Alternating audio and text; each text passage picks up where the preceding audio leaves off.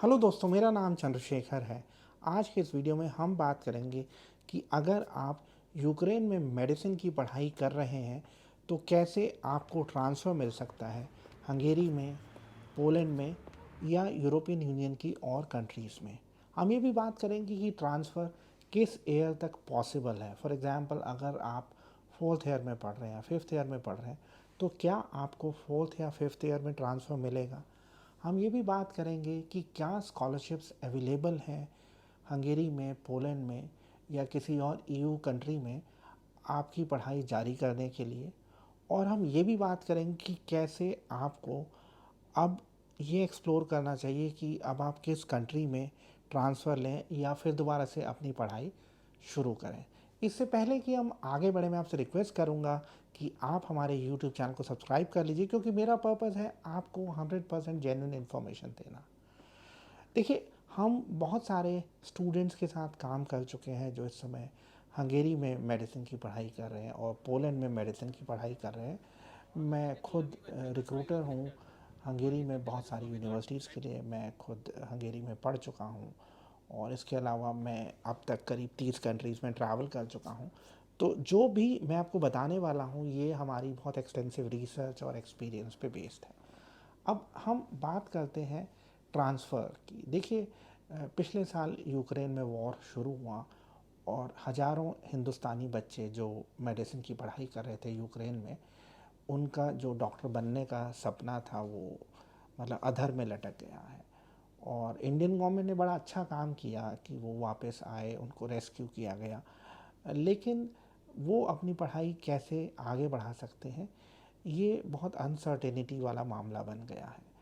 In fact Hungarian government ने कुछ scholarships भी दी सन 2022 में, और स्कॉलरशिप प्रोग्राम का नाम था स्टूडेंट एट रिस्क प्रोग्राम। और इसके अंतर्गत कुछ इंडियन स्टूडेंट्स जो यूक्रेन में पढ़ रहे थे वो हंगेरी गए पढ़ाई जारी करने के लिए, और उनको बेसिकली फुल स्कॉलरशिप मिली। इनफैक्ट उनको कोई ट्यूशन फ़ीस नहीं देनी पड़ रही है और उनको हर महीने एक स्टाइपेंड भी मिलता है। कंसीडरिंग कि हंगेरी में जो यूनिवर्सिटीज़ की फ़ीस है वो 15-16 हज़ार डॉलर साल से शुरू होती है। ये बहुत अच्छी पेशकश है हंगेरियन गवर्नमेंट की तरफ से, क्योंकि इवन अपनी कंट्री में स्कॉलरशिप्स नहीं मिलती हैं मेडिसिन पढ़ने के लिए। लेकिन अनफॉर्चुनेटली ये जो स्कॉलरशिप थी ये सिर्फ 2022 में थी। अब स्कॉलरशिप फिर दोबारा से अनाउंस हुई है, लेकिन ये सिर्फ यूक्रेनियन सिटीजन्स के लिए है। इंडियंस इस साल एलिजिबल नहीं है इस स्कॉलरशिप के लिए। अनफॉर्चुनेटली ऐसी स्कॉलरशिप जो फुली फंडेड है वो और ईयू कंट्रीज़ में नहीं है। तो अब आप इस इंतज़ार में मत रहिए कि स्कॉलरशिप आएगी और आप अपनी पढ़ाई को आगे बढ़ाएंगे। अब जहाँ तक बात करते हैं ट्रांसफ़र की, देखिए ट्रांसफ़र्स जो पॉसिबल हैं वो मैक्सिमम थर्ड ईयर तक पॉसिबल है। फोर्थ या फिफ्थ ईयर में ट्रांसफ़र होने के जो चांसेस हैं वो नेग्लिजिबल हैं या ना के बराबर हैं। और बेसिकली अगर आप फोर्थ ईयर में भी हैं तो बेस्ट के सिनेरियो में आपको थर्ड ईयर में ट्रांसफ़र मिल सकता है। हमारा जो एक्सपीरियंस है, ऐसे बच्चे जिनको स्कॉलरशिप मिली हंगेरी में और जो थर्ड या फोर्थ ईयर में थे, कई केसेस में उनको फर्स्ट ईयर से अपनी पढ़ाई फिर दोबारा से शुरू करनी पड़ी।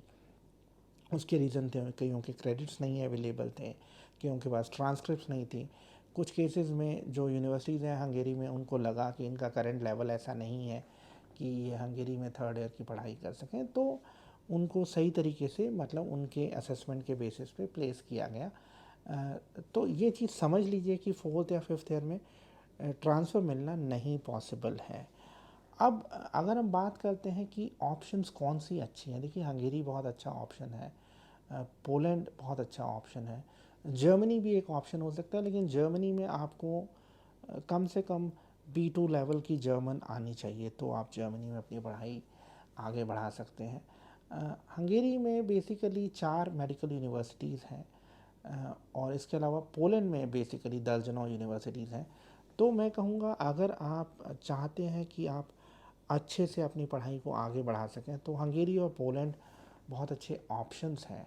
और अगर आपको ट्रांसफ़र चाहिए तो बेसिकली आपको अपने क्रेडिट्स, ट्रांसक्रिप्ट्स ये यूनिवर्सिटी को भेजनी पड़ेगी। उसके बाद यूनिवर्सिटी उनका असेसमेंट करेगी, आपका टेस्ट होगा, सब्सिक्वेंटली इंटरव्यू होगा, और उसके बाद यूनिवर्सिटी आपको बताएगी कि आपको किस ईयर में प्लेस किया जा रहा है। तो इसमें हम आपको असिस्ट कर सकते हैं। हम ऑलरेडी यूनिवर्सिटीज़ के टच में हैं, मैं आपको बता चुका हूँ। हम यूनिवर्सिटीज़ के लिए रिक्रूटमेंट भी करते हैं। मैं एक चीज़ यहाँ पे बताना चाहूँगा कि अगर पॉसिबल हो, अगर आप अफोर्ड कर सकें तो ईयू जाइए। रशिया, जॉर्जिया और कंट्रीज़ के चक्कर में मत पड़िए, क्योंकि ईयू की डिग्रीज़ का एक फ़ायदा है कि आप ईयू की किसी भी एक कंट्री में पढ़ते हैं तो वो डिग्री पूरे ईयू में रिकग्नाइज्ड है। फॉर एग्जांपल हंगेरी में पढ़ने के बाद आप स्विट्ज़रलैंड में, जर्मनी में प्रैक्टिस कर सकते हैं, सिर्फ लैंग्वेज प्रोफिशिएंसी के बेसिस पे। तो ये बहुत बड़ा फ़ायदा है। ठीक है, मतलब ये कंट्रीज़ महंगी हैं आम तौर पे। फॉर एग्जांपल हंगेरी में जो फ़ीस है वो यूक्रेन के मुकाबले 2.5-3 गुना ज़्यादा है, लेकिन कुछ ऑप्शंस करीब 10,000 यूरो की रेंज में भी हैं, तो आप उनको भी कंसीडर कर सकते हैं और इसको प्लान बनाने में हम आपकी हेल्प कर सकते हैं। मैं कहूँगा कि आप किसी भी कंट्री में जाएं तो थोड़ा सा जियो पॉलिटिक्स देख लें उस कंट्री की।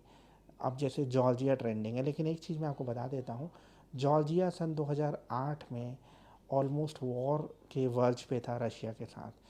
तो ये चीज़ ध्यान रखिए, जॉर्जिया अच्छा कंट्री है पढ़ने के लिए, लेकिन उस कंट्री की क्या जियो पॉलिटिक्स है ये भी समझना ज़रूरी है। अगर आपके कोई सवाल हैं आप कमेंट्स करके पूछ सकते हैं, और अगर आप अपना ट्रांसफ़र का केस डिस्कस करना चाहते हैं तो आप मेरे साथ कंसल्टेंसी सेशन भी बुक कर सकते हैं। आज के वीडियो में इतना ही। मैं जाते हुए आपसे रिक्वेस्ट करूंगा कि आप हमारे यूट्यूब चैनल को सब्सक्राइब कर लीजिए। Thank you very much.